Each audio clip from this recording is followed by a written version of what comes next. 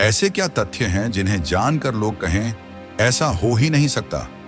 ये बात कोई राज नहीं है कि ब्रूस ली बेहद कठिन अभ्यास करते थे, इतना कठिन कि वे आते जाते पेड़ों, पत्थरों आदि पर घूंसे मारते थे ताकि उनके हाथ और मजबूत हो सकें। ये तस्वीर उनके अभ्यास की गहराई को साफ करती है। वे आराम के समय भी कुछ अभ्यास कर लेते थे।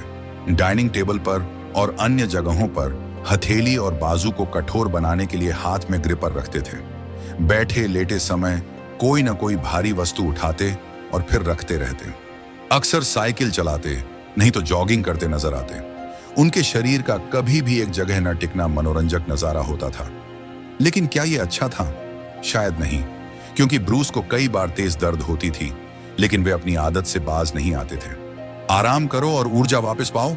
हाँ, मैं सिर्फ अपनी कब्र में आराम करूंगा, ऐसा ब्रूस का कहना था।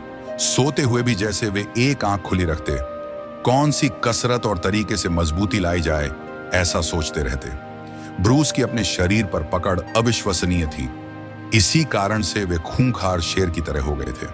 वे हर समय नई चुनौतियों के इंतजार में रहते थे। ब्रूस ली बहुत सारी लड़ाइयां लड़े, हमेशा अपने आप को साबित करने के लिए, अपने हुनर और शिक्षा को सबसे ऊपर रखने के लिए।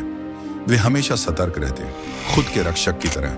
वे स्वास्थ्य के आदी थे, अपने भोजन, पोषण और आदतों को लगभग नामुमकिन स्तर तक ले गए। वे अपने आप से और अपने शरीर से बहुत आशा रखते थे, लेकिन अंत उनकी मृत्यु हो गई, जिसका सटीक कारण पता नहीं है।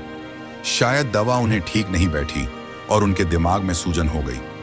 शायद कम से कम उनकी मृत्यु दर्द रहित और तुरंत हुई।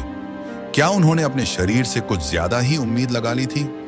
शायद हाँ, लेकिन उनका जीवन सदा के लिए एक मिसाल रहेगा।